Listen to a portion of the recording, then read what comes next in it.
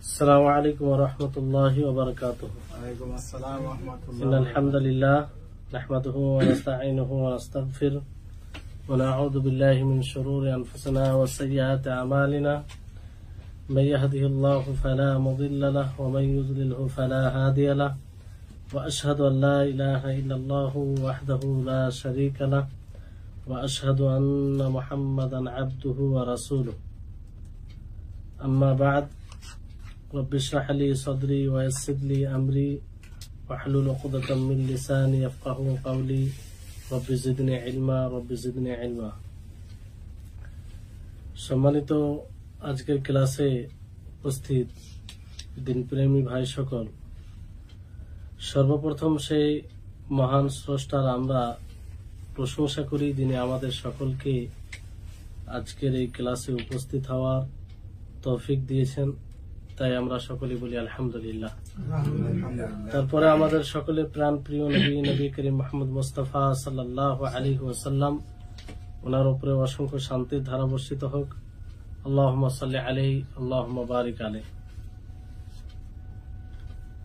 সম্মানিত উপস্থিতিগণ, আজকে ফিকহুত তাহারা তথা পবিত্রতা অর্জনের বিধিবিধান এ বিষয়ে আজকে শেষ পর্ব, প্রায় 24 নম্বর পর্ব আজকে আমরা ক্লাস করতে চলেছি।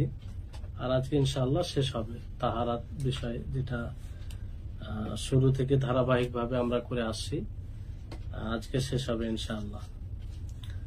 আজকের পর্বের বিষয় হচ্ছে যে যারা ঋতুবতী মহিলা ও প্রসবের কারণে যে ব্লাড আসে নেফাস, সেই অবস্থায় তাদের কি করতে হবে, তাদের জন্য কি করণীয়, তারা কোন ধরনের আমল করতে পাবে আর কোন ধরনের আমল করতে পাবে না, এই বিষয় নিয়ে, যেটা অতি গুরুত্বপূর্ণ, প্রত্যেক মহিলাকে জানা উচিত। এর সঙ্গে সঙ্গে আমাদের সকলকেও জানা উচিত, যাতে আমরা নিজ পরিবারের সকলকে আমরা বুঝাতে পারি। তো সর্বপ্রথম বিষয় যে ঋতুবতী মহিলা হোক অথবা প্রসবী মহিলা, অর্থাৎ প্রসবের কারণে যে ব্লাড আসে, যতক্ষণ ব্লাডটা আসে সেই সময় তাদের উভয়ের উপরে সালাত হারাম হয়ে যায়, সালাত আদায় করা হারাম হয়ে যায়, যে ওই অবস্থায় সালাত আদায় করা যাবে না। হায়েজ অর্থাৎ ঋতুবতী মহিলা, নফাসা বাচ্চা ভূমিষ্ঠ হওয়ার পরে অথবা বাচ্চা নষ্ট হয় তারপরে যে ব্লাডটা আসে, সেই অবস্থায় সালাত আদায় করা যাবে না। আর পবিত্রতা অর্জনের পরে, যে এই ব্লাড আসার পরে যখন পবিত্র হবে, পবিত্র হওয়ার পরে যে তারা এই সালাতের কাজা করবে, কাজাও করতে হবে না, কাজা করতে হবে না। কারণ এই ব্যাপারে হাদিস রয়েছে। আয়েশা রাদিয়াল্লাহু তাআলা আনহা তিনি যখন জিজ্ঞাসা করেন যে মা বালুল হাইদ লা তাকদিস সালাহ, যে হায়েজা ঋতুবতী মহিলা তারা কি সালাত কাজা করবে না, নামাজ কাজা করবে না, তিনাকে জিজ্ঞাসা করা হয় আয়েশা রাদিয়াল্লাহু তাআলা আনহাকে। তখন তিনি বলেন যে কানা ইউসিবুনা যালিকা আলা আহদি রাসূলিল্লাহ সাল্লাল্লাহু আলাইহি ওয়াসাল্লাম ফানু'মার বিকাযাইস সাওমি ওয়া লা নু'মার বিকাযাইস সালাতি। যে রাসূল সাল্লাল্লাহু আলাইহি ওয়াসাল্লামের জামানায় আমরা এইরকম অবস্থায় যখন থাকতাম, কিংবা হায়েজ অথবা নেফাস, তো আমাদেরকে নবী করিম মুহাম্মদ সাল্লাল্লাহু আলাইহি ওয়াসাল্লাম সিয়াম সাধনার হুকুম দিতেন, সিয়াম কাজা করার হুকুম দিতেন, আর সালাত কাজা করার হুকুম দিতেন না। অর্থাৎ এই হায়েজ অবস্থায়, নিফাস অবস্থায়, প্রসবের কারণে যে ব্লাডটা আসে, সেই অবস্থায় না সিয়াম সাধনা করা যাবে, না সালাত আদায় করা যাবে। কিন্তু দুটোর মধ্যে পার্থক্য হচ্ছে এটা যে সিয়াম পরে কাজা করতে হবে, রোজা পরে কাজা করতে হবে যদি সেটা ফরজ সিয়াম থাকে, আর সালাতে কাজা করতে হবে না। এই দুটোর মধ্যে পার্থক্যটা কি? এই দুটোর মধ্যে পার্থক্য কেন করা হয়েছে? পার্থক্যকরণের কারণ হচ্ছে যে যেহেতু এই শরীয়ত সহজ, কারো উপরে সাধ্যের বাইরে চাপ করে দেওয়া হয় না, বুঝতে পারলেন? এই জন্য আল্লাহ তাবারক ওয়া তাআলা বলেন লা ইউকাল্লিফুল্লাহু নাফসান ইল্লা উসআহা, সাধ্যের বাইরে, সাধ্যের অতিরিক্ত আল্লাহ তাবারক ওয়া তাআলা কোনো জিনিস ফরজ করেননি। যদি এই সালাতের কাজা করা এটা জরুরি হতো তো সমস্ত মা ও খালাদের জন্য অসুবিধা হতো কি হতো না? কারণ প্রতি মাসে এই বিষয়টি ঘটে তাদের সাথে, তাদের জীবনের সাথে জড়িয়ে আছে। প্রতি মাসে যদি 6 দিন 7 দিন 6-7 দিনের সালাতের কাজা করে তাহলে তাদের জন্য কঠিন হবে কি হবে না? এমনি তো মানুষের ঠিক সময়ে উপস্থিত সালাত পড়তে ভারী হয়ে যায়, সেটা ঠিক মতো আদায় করে না, অনেক সময় অলস হয়ে যায়, যদিও একটা মুমিনের জন্য এটা কাম্য নয়। তো এইভাবে কাজা করা যদি জরুরি হতো তাহলে ভারী হয়ে যেত। তো এখান থেকে একটা স্পষ্ট হচ্ছে বিষয় যে এই শরীয়ত আসলে সহজ, মানুষের জন্য সহজ করা হয়েছে।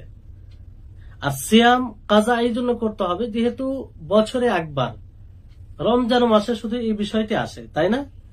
রমজান মাসে ধরেন 6টি 7টি অথবা 8টি এরকম সিয়াম ছুটে গেলে পরে এটা কাজা করা যাবে, কোনো সমস্যা নেই, পুরো বছর সুযোগ থাকছে, তাই না? তাহলে এটা একটা বিষয় স্পষ্ট হলো। দ্বিতীয় বিষয় হচ্ছে যে এই অবস্থায় তারা কোরআন পড়তে পারবে কি পারবে না। তো এই ব্যাপারে ওলামায়ে কেরাম বিদ্বান গুণের ভিন্ন ভিন্ন মত রয়েছে। যে অনেক ওলামা, কিছু বিদ্বান গুণ বলেছেন যে না, এই অবস্থায় তারা কোরআন পড়তে পারবে না। কিছু ওলামাগণ বলেছেন যে না, এই অবস্থায় কোরআন পড়তে পারবে, জায়েজ, পড়া যাবে।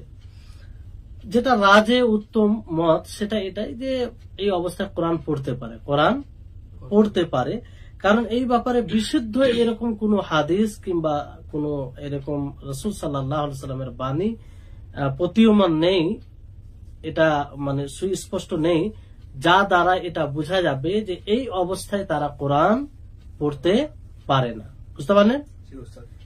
তো এই জন্য সঠিক মত এটাকেই প্রাধান্য দিয়েছেন। তারপরে অনেক, শেখুল ইসলাম ইবনে তাইমিয়া রাহিমাহুল্লাহ তিনি বলেন যে এই অবস্থায় তারা যে কোরআন পড়তে পারবে না এরকম কোন দলিল নেই, এরকম কোন সুন্নাহ থেকে দলিল নেই, ফলে তারা পড়তে পারে। কিন্তু একটি দলিল আছে, যে হাদিসে বলা হয়েছে যে লা তাকরাউল হায়দ ওয়ালাল জুনুব শাইআম মিনাল কোরআন, যে হায়েজ ঋতুবতী মহিলা ও জুনুবী ব্যক্তি, সে মহিলা হোক অথবা পুরুষ হোক, তারা যেন কোরআনের কোনো অংশ না পড়ে। তো এই হাদিসটি দুর্বল। এই হাদিসটি কি দুর্বল? এটা মানে এই হাদিস থেকে দলিল উপস্থাপন করা কিংবা এই হাদিস দলিলের উপযুক্ত নয়, এতটা দুর্বল, বুঝতে পারলেন?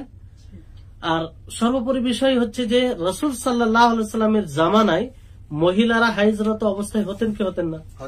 তাদের এই ব্লাডটা আসতো। তো যদি তাদের উপরে কোরআন পড়া এটা হারাম হতো, কোরআন তেলাওয়াত করা হারাম হতো, তো অবশ্যই নবী করিম মুহাম্মদ সাল্লাল্লাহু আলাইহি ওয়াসাল্লাম উম্মতের জন্য এটা সুস্পষ্ট করতেন, তাই না? কারণ এটা বিষয় এমন একটা বিষয় যে কিছু মানুষের জন্য আর কিছু মানুষের জন্য নয়, তা নয়, সকল মহিলার সাথে জড়িয়ে আছে, আর সব মহিলাই এই অবস্থায় আসে। তো যদি এটা হারাম হতো, পড়া না যেত, তো অবশ্যই আল্লাহ নবী সুস্পষ্ট ভাবে বলতেন, কিন্তু এরকম কোন হাদিস নেই, বুঝতে পারলেন? নবী করিম মুহাম্মদ সাল্লাল্লাহু আলাইহি ওয়াসাল্লাম বিশেষভাবে উম্মাহাতুল মুমিনিন, যারা মুমিনদের মা, নবী সাল্লাল্লাহু আলাইহি ওয়াসাল্লামের স্ত্রীগণ, তাদেরকে তো আল্লাহ নবী শিখিয়ে দিতেন যে না, এই অবস্থায় কোরআন পড়া যাবে না, এটা অবশ্যই স্পষ্ট হতো। আর হারাম হলে ওনাদের পক্ষ থেকে, ওনাদের কাছ থেকে অন্য মহিলারা, অন্য সাহাবিয়ারা রিওয়ায়াত করত, বুঝতে পারলেন? কিন্তু এরকম বিষয় না হওয়ার কারণে রাজে উত্তম এটাই মনে হচ্ছে যে এই অবস্থায় কোরআন পড়া যাবে, বুঝতে পারলেন? তারপরে জিকির করা, তাসবিহ পাঠ করা, আল্লাহর পবিত্রতা বর্ণনা করা, হাদিসের বই পড়া, ফিকহ শাস্ত্রের কোন বই পড়া, দোয়া, আমিন বলা, কোরআন শোনা, এগুলোতে কোনো দ্বিমত নেই, এগুলো বিষয়ে কোনো দ্বিমত নেই, এগুলো করা যাবে। এগুলো সকলে বলেছেন জায়েজ। নবী করিম মুহাম্মদ সাল্লাল্লাহু আলাইহি ওয়াসাল্লাম সব সময় কি করতেন? আল্লাহর জিকির করতেন। তো সব সময় করতেন, তো আল্লাহ নবী জুনুবী অবস্থায় হতেন কি হতেন না? তারপরেও করতেন। তার মানে কি এগুলো জায়েজ, অসুবিধা নেই। বুঝতে পারলেন? তাহলে দুটো বিষয় জানতে পারেন। একটা হচ্ছে যে সালাত আদায় করা যাবে না ওই অবস্থায়, সেই সব মহিলা, হায়েজা ঋতুবতী মহিলা হোক অথবা প্রসবের কারণে যে ব্লাড আসে সেই অবস্থায় তারা না সালাত আদায় করতে পারবে না সিয়াম সাধনা করতে পারবে। বুঝতে পারলেন? সালাত আদায় করতে পারবে না, আর তার কাজাও নেই। দ্বিতীয় যেটা, যে কোরআন পাঠ করতে পারে কিন্তু স্পর্শ করে না, বুঝতে পারলেন? তৃতীয় যেটা সম, পূর্বে একটু বলে দেওয়া হয়েছে যে সম পালন করতে পারবে না, কিন্তু সমের ব্যাপারে এটা পৃথক, যে তার কাজা করতে হবে। কি করতে হবে? তার কাজা করতে হবে, কারণ এটা বছরে একবার এই বিষয়টি আসে। এটা কাজা করা সহজ, এটা কঠিন নয়। বুঝতে পারলেন? চতুর্থ বিষয় হচ্ছে যে ঋতুবতী মহিলার সাথে অথবা নেফাস যা আসে বাচ্চা ভূমিষ্ঠ হওয়ার পরে অথবা বাচ্চা নষ্ট হওয়ার পরে যে ব্লাডটা আসে, সেই সময় তাদের সাথে জেমা করা যাবে না।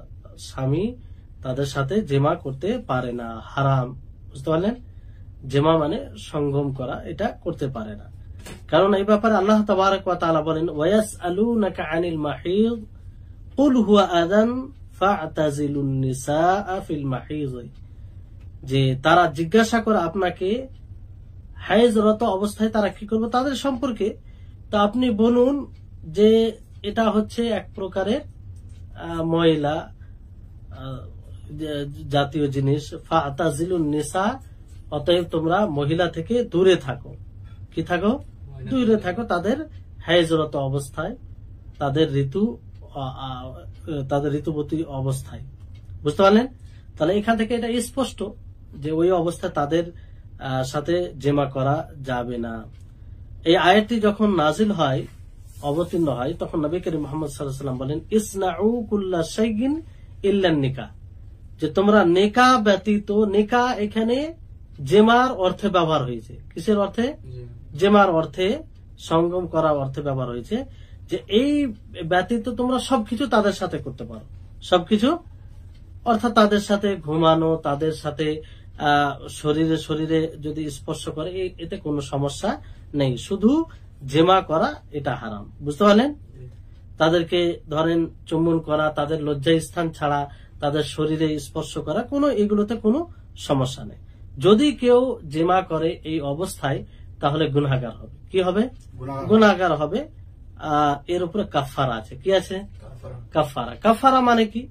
কাফারা মানে একটা গুনাহ হয়ে যায় যে কারণে সেটা থেকে বের হওয়ার মাধ্যম আর কি, সেটাকে কাফারা বলা হয়। তো যদি কোনো ব্যক্তি এই অবস্থায় জেমা করে নেই স্ত্রীর সাথে, তাহলে তাকে কাফারা দিতে হবে। কি দিতে হবে? কাফারা দিতে হবে। তো 1 দিনার অথবা অর্ধ দিনার, 1 দিনার অথবা অর্ধ দিনার, আর 1 দিনার প্রায় 4 গ্রাম 15 এরকম আসে 1 দিনারে। তো অর্ধ যদি করেন তো 2 গ্রাম 7.5 পয়েন্ট এরকম আসে। তো এতটার মূল্য যতটা হবে, সেই মূল্যটা কি করতে হবে? সাদকা করতে হবে। কিন্তু আমাদের সমাজে অনেকে আছে যে এগুলো করে নেই, কোনো সমস্যা নেই, মানে না তার এটা প্রয়োজন পড়ে যে কাফারা দিই, কিছুই মনে করে না। অথচ এটা শারীরিক দিক দিয়েও অনেক ক্ষতিকর। এটা তো শরীয়তে একটা আপত্তিকর বিষয়, এটা হারাম, গুনাহ হবে। আর এটা হতে গেলে তাকে কাফারা দিতে হবে, কাফারা না দিলে গুনাহ থেকেই যাবে। তো কাফারা দিলে অবশ্যই আল্লাহ তাআলা ক্ষমা করে দিবেন, আর এই জন্যই কাফারা বলা হয়। তো বিষয়টি হচ্ছে এটা, যে এই সময় তাদের সাথে জিমা করা যাবে না। যদি কেউ করে নেই, তাহলে তার থেকে বের হওয়ার পথ হচ্ছে যে সে সাথে সাথে তওবাও করবে। কাফারা যখনই দিবে মানুষ, যে কোনো গুনাহের কাফারা হোক না কেন, কাফারার সাথে সাথে মানুষ তওবাও করবে। তো তওবা করবে এবং কাফারা দিবে। কি করবে? আর কাফারা কতটা, যে 1 দিনার অথবা অর্ধ দিনার। অনেকেই বলেছেন যদি ব্লাড খুব বেশি আসে ওই সময় তাদের সাথে জেমা করে তাহলে তাদেরকে পুরো 1 দিনার দিতে হবে, কিছু কিছু ওলামা বলেছেন। আর যখন কম ব্লাড আসবে, হয়তো সামান্য আসছে, সেই সময় যদি তাদের সাথে জেমা করে তাহলে অর্ধ দিনার দিতে হবে, বুঝতে পারলেন? তো যাই হোক, মানে 1 দিনার অর্ধ দিনার দুটোর মধ্যে একটা দিলেই যথেষ্ট হবে। যদি এই ব্লাড আসা বন্ধ হয়ে যায়, বন্ধ হয়ে যাওয়ার পরে পরে কি ওদের সাথে জমা করা যাবে? তার স্বামী তাদের সাথে জমা করতে পারবে বন্ধ হয়ে যাওয়ার পরে পরে? না। কি জরুরি হবে? পবিত্র গোসল করতে হবে, গোসল করে পবিত্র হবে, তারপর তাদের সাথে জমা করতে পারবে। কিন্তু আমাদের এলাকায় অনেকেই দেখবেন যে পার্থক্য করে না, অনেকেই ভাবে যে বন্ধ হয়ে গেছে, ব্লাড আসা বন্ধ হয়ে গেছে, তার মানে সে পবিত্র হয়ে গেছে, আর গোসল করা প্রয়োজন মনে করে না, ভাবে যে একবারেই গোসল করবো। হ্যাঁ, এরকমটা বিষয় মনে করে। অনেকেই হয়তো বেঁচে থাকার যারা একটু সতর্কতা অবলম্বন করে তারা এটা করে, এটাও ভুল। পুরো পবিত্রতা অর্জন করতে হবে, গোসল করতে হবে, তারপর জেমা করতে পারে, বুঝতে পারলেন? কারণ আল্লাহ তাবারক ওয়া তাআলা কি বলেছেন, ওয়ালা তাকরাবুহুন্না হাত্তা ইয়াতহুরনা, যে তোমরা তাদের নিকটে হইও না যতক্ষণ পর্যন্ত তারা পবিত্রতা অর্জন না করবে। পুরো গোসল করে পবিত্র যতক্ষণ না হবে ততক্ষণ পর্যন্ত তোমরা তাদের নিকটে হয় না। আর তারপর আল্লাহ তাআলা বলেছেন ফাইদা তাতাহারনা, যখন তারা পবিত্রতা অর্জন করবে, যখন তারা পবিত্রতা অর্জন করবে অর্থাৎ গোসল করবে। কি করবে? গোসল করবে। ফাতুহুন্না মিন হাইসু আমারাকুমুল্লাহ, তাহলে তোমরা তাদের কাছে এসো যেমন ভাবে আল্লাহ তাবারক ওয়া তাআলা তোমাদেরকে আদেশ দিয়েছেন। তো বিষয়টি হচ্ছে যে এক কথায় যে তারা যখন গোসল করবে, ব্লাড আসা বন্ধ হয়ে যাবে, বন্ধ হয়ে যাওয়ার পরে গোসল করে নিবে, পুরো পবিত্র হয়ে যাবে, তখন তাদের সাথে জেমা করতে পারবে, বুঝতে পারলেন? তাহলে তৃতীয় চতুর্থ বিষয় হলো। পঞ্চম বিষয় হচ্ছে যে এই অবস্থায় তারা তাওয়াফ করতে পারে না। কি করতে পারে না? তাওয়াফ করতে পারে না, তাদের উপরে তাওয়াফ করা হারাম হয়ে যায়। বাকি যেগুলো হজের আরো বিভিন্ন বিধান আছে সেগুলো পালন করতে পারে, বুঝলেন? যেমন সাই করা, হ্যাঁ, অনুরূপ ভাবে জিমার, রমিউল জিমার যেটা পাথর নিক্ষেপ করা, তারপর আরাফার ময়দানে অবস্থান করা, এতে কোনো অসুবিধা নেই, এগুলো সব পালন করবে। এই ব্যাপারে আয়েশা রাদিয়াল্লাহু তাআলা আনহার একটি হাদিস রয়েছে, উনি যখন এই অবস্থায় হন তো আল্লাহ নবী ওনাকে বলেন যে ইফআলি কুল্লা শাইইন ইয়াফআলুহুল হাজ্জু, যে তুমি প্রত্যেকটা জিনিস করো যেটা যা হাজিগণ করে, যা এক হাজি করে, গায়রা আল্লাহ তাতুফি বিল বাইতি হাত্তা তাগতাসিলি, বাইতুল্লাহর তাওয়াফ ব্যতীত এক হাজি যা করে সমস্ত কিছু তুমি করো। তাহলে তাওয়াফ করা যাবে না অতক্ষণ পর্যন্ত যতক্ষণ পর্যন্ত গোসল না করবে। সেটা বন্ধ হয়ে যাবে, বন্ধ হয়ে যাওয়ার পরে যখন গোসল করবে তারপরে সে তাওয়াফ করতে পারে। তাহলে তাওয়াফটা সেটা পরে করবে, সেটা কখন করবে? পরে করবে। বাকি যেগুলো বিধান আছে সেগুলো পালন করবে, বুঝতে পারলেন? আর তাওয়াফুল ওয়াদা যেটা বলছে সেটা মানে জরুরি হবে না তখন, কিন্তু তাওয়াফে উমরা হজ এটা করতেই হবে, বুঝলেন? যেটা রুকুন, যেটা কি রুকুন, মানে এটা না করলে হজই হবে না অথবা উমরাই হবে না, বুঝতে পারলেন? 6 নম্বর বিষয় হচ্ছে যে মসজিদে দাঁড়ানো, মসজিদে অবস্থান করা, এটা করা যাবে কি যাবে না? এই অবস্থায় মহিলাদের মসজিদে দাঁড়ানো যাবে কি যাবে না, মসজিদে অবস্থান করতে পারে কি পারে না। তো ওলামাগণ, বিদ্বানগণ এই ব্যাপারেও দ্বিমত করেছেন, ভিন্ন ভিন্ন মত প্রকাশ করেছেন। কিছু ওলামায়ে কেরাম বলেছেন এই আয়াত থেকে দলিল দিতে গিয়ে ওয়ালা জুনুবান ইল্লা আবিরি সাবিলিন, যে জুনুবি ব্যক্তিও নয়, হ্যাঁ সেই ব্যক্তি যে রাস্তা অতিক্রম করবে। তো এই আয়াত থেকে তারা দলিল উপস্থাপন করতে গিয়ে বলছেন যে মসজিদে অবস্থান করা যাবে না, মসজিদে দাঁড়ানো যাবে না, বুঝতে পারলেন? আর আরেকটি তারা হাদিস উপস্থাপন করেছে যে ইন্নী লা উহিল্লুল মাসজিদা লিজুনুবিন ওয়ালা লিহাইদিন, যে আমি, নবী সাল্লাল্লাহু আলাইহি ওয়াসাল্লাম বলেন যে আমি মসজিদকে হালাল করিনি, হালাল করছি না জুনুবী ব্যক্তির জন্য আর ঋতুবতী মহিলার জন্য। কিন্তু এই হাদিসটি কি জয়ীফ, দুর্বল, বুঝতে পারলেন? তো এই হচ্ছে বিষয়।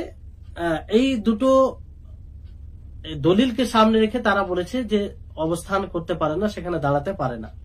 কিন্তু এক অন্য দল ওলামা গণের মধ্যে তারা বলেছেন যে না, মসজিদে তারা অবস্থান করতে পারে, দাঁড়াতে পারে প্রয়োজনে, আর এটাই উত্তম, এটাই উত্তম। কারণ হচ্ছে যে এই ব্যাপারে বিশুদ্ধ কোনো দলিল নেই, বিশুদ্ধ কোনো দলিল নেই যে দলিল দ্বারা এটা সাব্যস্ত হবে যে তারা মসজিদে কোনোভাবেই যেতে পারবে না, বুঝতে পারলেন? কারণ এটাই এমন বিষয় যে এটা হতেই থাকে, আর এর থেকে বাঁচা খুব মুশকিল। তো মানে যেতে পারে, উত্তম মত অনুযায়ী এটাই। আর আয়েশা রাদিয়াল্লাহু তাআলা আনহা, তিনার কি অবস্থা হতো, তিনিও এই অবস্থায় থাকতেন। আর এই জন্য আল্লাহ নবী মুহাম্মদ সাল্লাল্লাহু আলাইহি ওয়াসাল্লাম ওনাকে কি বলেন যে ইফআলি কুল্লা শাইইন ইয়াফআলুহুল হাজ্জু, যে একজন হাজী যা করে তুমি তাই করো, শুধু তাওয়াফ ছাড়া। তাওয়াফ তখনই করবে যখন তুমি গোসল করবে, আশা বন্ধ হবে, পবিত্র হয়ে যাবে, তখন তাওয়াফ করবে। এখানে যদি মসজিদে অবস্থান করা এটা নাজায়েজ হতো, সঠিক না হতো, তা আল্লাহ নবী অবশ্যই বলতেন, তাই না? এখানে আল্লাহ নবী শুধু তাওয়াফের কথা মানা করলেন যে তাওয়াফ করবে না, বাকি সবকিছু করবে। তো যে তাওয়াফ রয়েছে, সাই করা বলেন কিংবা আশেপাশে যেগুলো আরো বিষয় রয়েছে, সব তো মসজিদে অতিক্রম করতে হয়। তো অবশ্যই যদি এটা মানে নাজায়েজ হতো তো নবী করিম মুহাম্মদ সাল্লাল্লাহু আলাইহি ওয়াসাল্লাম এটা স্পষ্ট করতেন। তো আল্লাহ নবী এই হাদিসে শুধু তাওয়াফ থেকে নিষেধ করেছেন, বাকি অন্য কিছু বলেননি, বুঝতে পারলেন? তারপর আরো এক হাদিস রয়েছে, যে হাদিসে বলা হয়েছে যে একজন কোন সাহাবিয়া তার রাসূল সাল্লাল্লাহু আলাইহি ওয়াসাল্লামের নিকটে আসে, সেই ইসলাম গ্রহণ করে, আর তার মসজিদে একটা তাঁবু তৈরি করেছিল যেখানে থাকবে আর কি, অথবা মানে ছোট ঘর, একটি ছোট ঘর, এটা কিছু সময়ের জন্য। তো এটা স্পষ্ট যে একজন মহিলা থাকলে তো সে হাইজ তার হবে কি হবে না, স্বাভাবিক এটা হবে। কিন্তু আল্লাহ নবী তাকে জিজ্ঞাসা করেন, আল্লাহ নবী তাকে জিজ্ঞাসা করেন যে তুমি কি এমন বয়সে পৌঁছে গেছো যে বয়সে তোমার আর হাইজ এই ব্লাডটা আসে না, এরকম কথা জিজ্ঞাসা করেন। তার মানে কি যে এতে কোনো অসুবিধা নেই, এতে কোনো সমস্যা নেই। যদি সমস্যা হতো তো আল্লাহ নবী অবশ্যই বলতেন যে তুমি যদি এই বয়সে থাকো যে তোমার হাইজ আসছে, এই ব্লাডটি আসে, তাহলে তুমি মসজিদে অবস্থান করতে পারবে না। তো আল্লাহ নবী এরকম কিছু জিজ্ঞাসা করেননি। তো আল্লাহ নবীর এই বিস্তারিত জিজ্ঞাসা না করাটাই হচ্ছে দলিল যে এতে কোনো অসুবিধা নেই। তারপরে 7 নম্বর বিষয় হচ্ছে যে এই অবস্থায় তাদেরকে তালাক দেওয়া যাবে না। কি দেওয়া যাবে না? যখন তারা ঋতুবতী অবস্থায় থাকবে, তাদের মাসে যেটা ব্লাড আসে, হাইজের ব্লাড যাকে বলা হয়, সেই অবস্থায় তাদেরকে তালাক দেওয়া যাবে না, না নেফাস অবস্থায় তাদেরকে তালাক দেওয়া যাবে, বুঝতে পারলেন?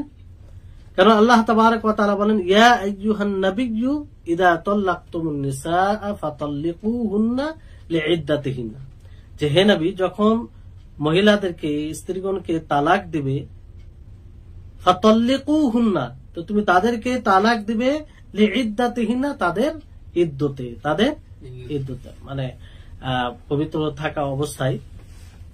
এখানে বিষয়টা হচ্ছে যে নেফাসের বিরুদ্ধে, নেফাসের সময় এটা নয়, নেফাসে এটা জায়েজ, নেফাসে এটা জায়েজ যে তাদের নেফাস থাকা অবস্থায় তাদেরকে তালাক দেওয়া যাবে, বুঝতে পারলেন? এবার যদি কোনো ব্যক্তি, এটা একটা কথা স্পষ্ট যে এই অবস্থায় তালাক দেওয়া যাবে না আমভাবে, বুঝতে পারলেন? কোন ব্যক্তি যদি নিজের স্ত্রীকে তালাক দিতে চায় তাহলে এই অবস্থায় সে তালাক দিতে পারে না। যদি কোনো ব্যক্তি তালাক দিয়ে দেয় তাহলে তার এটা তালাক হবে কি হবে না, তার তালাক বলে এটা গণ্য হবে কি হবে না, বুঝতে পারলেন? তো এই ব্যাপারে দ্বিমত আছে। অনেকে বলেছেন যে তালাক হয়ে যাবে, কিন্তু এই তালাকটার নাম হবে তালাকে বেদঈ। কি বলা হবে? তালাকে বেদঈ। কারণ এটা শরীয়ত সম্মত অনুযায়ী, যেটা শরীয়তের নিয়ম সেই অনুযায়ী এটা তালাক নয়, তালাক ঘটে যাবে। এটা তালাক কি হবে? ঘটে যাবে। বুঝতে পারলেন? এবার এখানে এই যে হায়েজ অবস্থায় তাদেরকে তালাক দেওয়া যাবে, কোন কোন অবস্থায় দেওয়া যাবে, মানে তারা যখন হায়েজা হবে, ঋতুবতী অবস্থায় হবে, সেই সময় কিছু ক্ষেত্রে তালাক দেওয়া যাবে।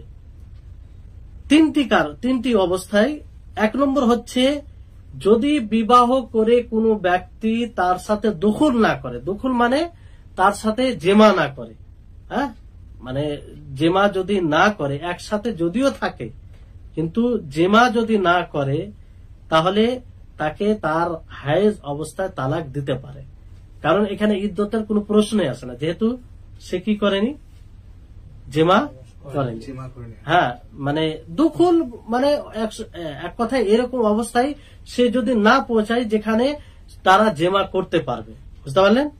তাহলে সেখানে হায়েজ অবস্থায় যদি তালাক দেয় তাহলে তালাক হয়ে যাবে, কারণ সেখানে ইদ্দতের কোনো প্রশ্নই আসে না, তাই না? দ্বিতীয় অবস্থা হচ্ছে যে কোনো মহিলা যদি গর্ভবতী মহিলা থাকে, কি থাকে, পেটে বাচ্চা থাকে, তাহলে আর সেই মহিলার যদি হায়েজ আসে, ব্যতিক্রম হতে পারে। পূর্বে বলা হয়েছে কি হয়নি, যে সাধারণত গর্ভবতী থাকা অবস্থায় হায়েজ আসে না, কিন্তু ব্যতিক্রম হয়। তো ওই অবস্থায় তালাক দিলে তালাক হয়ে যাবে, আর এতে কোনো সমস্যা নেই। কারণ যে গর্ভবতী অবস্থায় যে হায়েজটা আসে সেটা কোনো মানে ধরার বিষয় নাই। কারণ আসল তার ইদ্দত কি, বাচ্চা ভূমিষ্ঠ হওয়া। একজন গর্ভবতী মহিলার ইদ্দত কি, পুরো বাচ্চা ভূমিষ্ঠ হলে সে তখন মানে তার ইদ্দত পুরো হয়ে যাবে। তৃতীয় বিষয় হচ্ছে যদি কোন জিনিসের বিনিময়ে তালাক দেওয়া হয়। কিসের তালাক দেওয়া হয়? কোন জিনিসের বিনিময়ে। এটাকে খোলা বলা হয়। কি বলা হয়?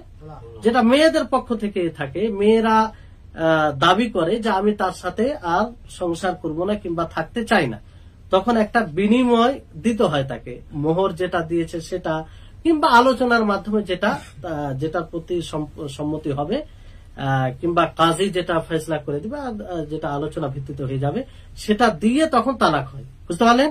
এটাকে খোলা বলা হয়। এটাকে কি বলা হয়? খোলা বলা হয়। সাধারণত এটাকেও তালাক বলে, কিন্তু এটা আসলে তালাক নয়, এটা খোলা, যেটা মেয়েদের পক্ষ থেকে মানে অগ্রগামিতা আসে, মানে মেয়েরা দাবি করে, তখন একটা বিনিময় নির্ধারিত করে তার উপরে মানে এটা হয় যে এখন ডিভোর্স হয়ে আলো কিংবা আলাদা করে দেওয়া হলো, এটা ফের আবার বিধান আলাদা আছে। তো এটাও ওই অবস্থায় হয়ে যাবে। কোন মহিলা, কোন স্ত্রী যদি হায়েজরত অবস্থায় সে বলে যে না আমি তার সাথে আর থাকবো না, তার পক্ষ থেকে, আর একটা বিনিময়ে সে ডিভোর্স নিয়ে নিচ্ছে, খোলা নিয়ে নিচ্ছে, তাহলে এটা সে করতে পারে। কারণ এখানে কোনো সমস্যা নেই, মানে যেহেতু সে নিচ্ছে, পুরুষ এখানে তালাক দিচ্ছে না। বুঝতে পারছেন বিষয়টি? তো এটা হচ্ছে। এবার এখানে আরো কিছু বিষয় যেগুলো আমাদেরকে স্মরণে রাখতে হবে, যে হায়েজ অবস্থায় অথবা নেফাস অবস্থায়, বাচ্চা ভূমিষ্ঠ হওয়ার পরে যেটা ব্লাড আসে সেটাকে নেফাস বলা হয়, এই অবস্থায় বিবাহ জায়েজ কি জায়েজ নয়? হ্যাঁ, জায়েজ নাই। হায়েজ অবস্থায়, ঋতুবতী অবস্থা, তাদের যে মাসে ব্লাড আসে সেই অবস্থায়, নেফাস অবস্থায় তাদের বিবাহ জায়েজ কি জায়েজ নয়? জায়েজ। কত মহিলার এইভাবে বিবাহ হয় কি হয় না? এটাতে কোনো সমস্যা নেই, কারণ এরকম কোন দলিল নেই যে ওই সময় বিবাহ হবে না। এরপর আরেকটি গুরুত্বপূর্ণ বিষয় যেটা মানে বর্তমান সময়ে সকলকে জানা উচিত, যে কোন মহিলা যদি এমন কিছু ঔষধ ব্যবহার করে যে ঔষধে তার হায়েজকে স্তব্ধ করে রাখবে, মানে বন্ধ করে দিবে আর কি, তো এরকম জিনিস ব্যবহার করা যাবে কি যাবে না? যে কোন মহিলা চাইছে যে আমি ঔষধ ব্যবহার করে এই মাসে যাতে ব্লাডটা না আসে, এটা করা যাবে কি যাবে না? এটা জায়েজ, তবে কয়েক শর্তে জায়েজ আছে। মানে একদম মুতলাক ভাবে বলা যাবে না যে এটা একদম জায়েজ, মানে দুটো শর্ত আছে। দুটো শর্ত যদি পাওয়া যায় তাহলে জায়েজ। একটা হচ্ছে যে তাতে যেন ক্ষতি না হয়, কি না হয়, ক্ষতি না হয়। যদি জারার হয়, ক্ষতি হয়, তাহলে এটা করা যাবে না। কারণ ইসলামের একটি নীতিমালা আছে যেটা আল্লাহ নবী সরাসরি বলেছেন, লা জারারা ওয়ালা জিরার। এটা খুব গুরুত্বপূর্ণ হাদিস। এটা হাদিসও এবং ফাকিহগণ এই হাদিসটাকে একটা নীতি হিসাবে ইসলামের মানে অতুলনীয় নীতি হিসাবে গণ্য করেছেন, যে কোন সময় নিজের ক্ষতি করা যাবে না এবং অপরেরও ক্ষতি করা যাবে না। তো যদি ক্ষতি হয় তাতে, তাহলে এটা করা জায়েজ হবে না। দেখেন ইসলাম, দেখেন যে ইসলাম আপনার কতটা কল্যাণকামী, যে আপনার জান, আপনার শরীর, আপনার সবকিছু আপনি যদি চান যে আমি ক্ষতি করব, তো ইসলাম আপনাকে অনুমতি দেয় না। ইসলাম চায় না যে আপনার ক্ষতি হোক। তো এইগুলো হচ্ছে ইসলামের সৌন্দর্য, ইসলামের ভালো দিক। এইভাবে যদি আপনি ইসলামের বিধানকে নিয়ে ভাবেন তো অবাক হবেন যে ইসলামটা কি সুন্দর ধর্ম। এমনি বলেনি আল্লাহ তাআলা, ইন্নাদ-দীনা ইনদাল্লাহিল ইসলাম, যে ইসলাম ধর্ম আল্লাহর নিকটে মনোনীত ধর্ম, প্রিয় ধর্ম।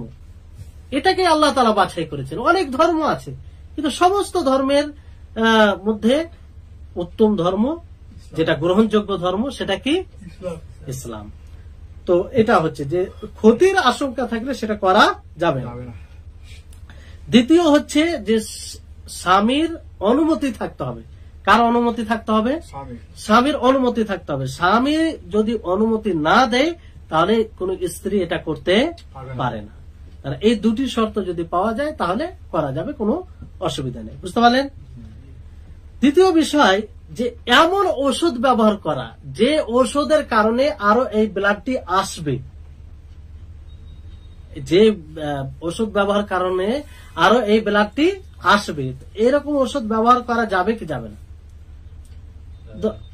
ধরেন যে কোন মহিলার ব্লাড হয়তো আসে না নিয়মিত, কিংবা কারো আসছে নিয়মিত, তারপরে হয়তো অতিরিক্ত এটাকে করার জন্য সে ওষুধ ব্যবহার করতে চাইছে, তো এটা জায়েজ কি জায়েজ না? এটাও জায়েজ, শর্ত সহ। এক নম্বর শর্ত হচ্ছে যে এই ওষুধ ব্যবহার করা তার জন্য হিলা না বানানো হয়, মানে বাহানা কিংবা অজুহাত, মানে এটা দ্বারা সে যেন শরীয়তের কোন বিধান থেকে বাঁচানো উদ্দেশ্য না হয়। মানে আমি যেমন কোন মহিলা চাইছে যে সামনে রমজান মাস আসছে, তো এই ওষুধ খেয়ে এই হাইজের ব্লাডটা আসবে, তখন আমি আমার এই রমজান মাসে সিয়াম রাখতে হবে না, যদিও পরে কাজা করতে হবে, ও চাইছে যে আমি পরে কাজা করবো, তো এটা জায়েজ হবে? হবে না। এইরকম বাহানা বানিয়ে যদি কেউ ওষুধ ব্যবহার করে, কিংবা সালাত তার পক্ষে ভারী হচ্ছে, তো ওষুধ খেয়ে মনে করছে যে ব্লাডটা চলে আসুক, তাহলে আমি একটু আরাম করবো, বিশ্রাম করবো, সালাত থেকে যতদিন আসবে ততদিন আমি সালাত পড়বো না, তো এইরকম যদি উদ্দেশ্য থাকে তাহলে এটা জায়েজ নয়, এটা জায়েজ নয়। বুঝতে পারলেন? দ্বিতীয় বিষয় হচ্ছে যে এখানেও স্বামীর অনুমতি থাকতে হবে। কার অনুমতি থাকতে হবে? স্বামীর অনুমতি থাকতে হবে। তাহলে এই দুটি শর্ত পাওয়া গেলে কোনো অসুবিধা নেই, এটা করা যাবে। তৃতীয় বিষয় হচ্ছে যে এখানে যদি কোনো পুরুষ স্বামী স্ত্রীর সাথে সহবাস করে, কি করে? সহবাস মানে জমা করে, আর স্ত্রী হাইজরত অবস্থায় থাকে। কি অবস্থায়? হাইজরত মানে ঋতুবতী অবস্থায় থাকে, যেমন পূর্বে বলা হলো। এখানে কাফারা কাকে দিতে হবে? পুরুষকে কাফারা দিতে হবে না স্ত্রীকে কাফারা দিতে হবে? পুরুষকে কাফারা দিতে হবে, এটা তো সকলেই জানে। কিন্তু স্ত্রীকে কাফারা দিতে হবে না, এটা কোথা থেকে এলো? দলিল কি যে স্ত্রী কাফারা দিবে না? আল্লাহ নবী সাল্লাল্লাহু আলাইহি সাল্লামের সময় এক ব্যক্তি গ্রাম অঞ্চল থেকে আয়েশা যে বলছিল আমি তো শেষ হয়ে গেছি, আমি ধ্বংস হয়ে গেছি, তখন বলে সে তুমি কি করছো? আমি তো আমার রমজান মাসে আমার স্ত্রীর সাথে। এটা তো বড় কাফারার হিসাব চলে গেল। এটা তো রমজান মাসে যেটা কাফারায় মোগাল্লাজা, সেটা এইটা কাফারা যে তাদের হায়েজরত অবস্থায় তাদের সাথে যদি কোনো স্বামী জেমা করে, তো পুরুষকে তো কাফারা দিতে হবে, এটা সকলেই জানে। তো স্ত্রী কারো কাফারা দিবে না, এটা দলিল কি? পৃথক করার কারণ কি? তো বিষয়টি হচ্ছে যদি সেই কাজে, সেই জেমাতে স্ত্রী সন্তুষ্ট থাকে, তারও চাহিদা থাকে, সে কিছু বাধা না দেয়, তাহলে তাকে কাফারা দিতে হবে। তাকেও কাফারা দিতে হবে, মানে স্বামীকেও দিতে হবে আর স্ত্রীকেও দিতে হবে। যদি তার পক্ষ থেকে কোনো বাধা না থাকে, সে সন্তুষ্ট ভাবে তাতে শরিক হয়। আর এক আছে স্বামী হয়তো জোর করছে, তার উপরে প্রেসার করছে, ফলে সে যদিও মানে চাই না, কিন্তু ওই রকম যেহেতু স্বামীর কারণে সে জোরালো ভাবে কিছু বলতে পারে না, কিন্তু তার হৃদয় চায় না, সে এটাতে অসন্তুষ্ট। তা এইরকম অবস্থা হলে তাকে দিতে হবে না। কিন্তু যদি সে এটাকে সন্তুষ্ট চিত্তে গ্রহণ করে এই কাজে সে শরিক হয়, তাহলে তাকেও কাফারা দিতে হবে। বুঝতে পারলেন? তারপরে বিষয় হচ্ছে যে যদি কোনো স্বামী স্ত্রীর সাথে সহবাস করে তার লজ্জা স্থান ছাড়া, যেহেতু স্ত্রীকে তার মানে মালিকানায় সে যেভাবে ইচ্ছা তার থেকে সে মানে উপভোগ করতে পারে, সে মানে নিজেকে তৃপ্তি করতে পারে। তো এবার যদি কোনো স্বামী স্ত্রীর তার লজ্জা স্থান ছাড়া তার সাথে সঙ্গম করে, আর সেই স্ত্রী হাইজরত অবস্থায় আছে, তাহলে এখানে গোসল তার উপরে ফরজ হবে না।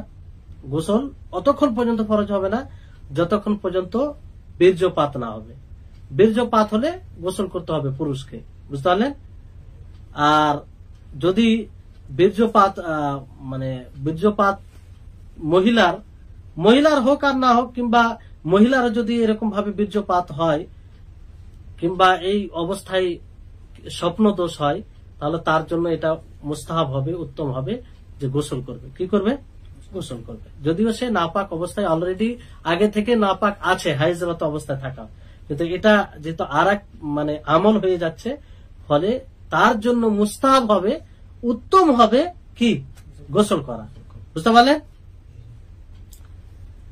গোসল করে নিবে, তারপরে আবার তো হাইজ সে মানে নতুন কিছু যে আমল করতে পাবে এই জন্য তা নয়, কিন্তু উত্তম হবে তার জন্য গোসল করা। পুরুষের জন্য না হারাম নয়, পুরুষের জন্য তার লজ্জা স্থান ব্যতীত তার জন্য জায়েজ, সে যেমন তার উপকৃত হতে পারে লজ্জা স্থান বাদ দিয়ে। বুঝতে পারলেন? তো তার বীর্যপাত হলে তাকে গোসল করতে হবে, পুনরায় সে জুনুবির মতো হয়ে গেল, তাই না? এখানে মহিলার বিষয় আসছে যে মহিলা তো অলরেডি নাপাক হয়ে আছে যেহেতু হাইজরত অবস্থায়।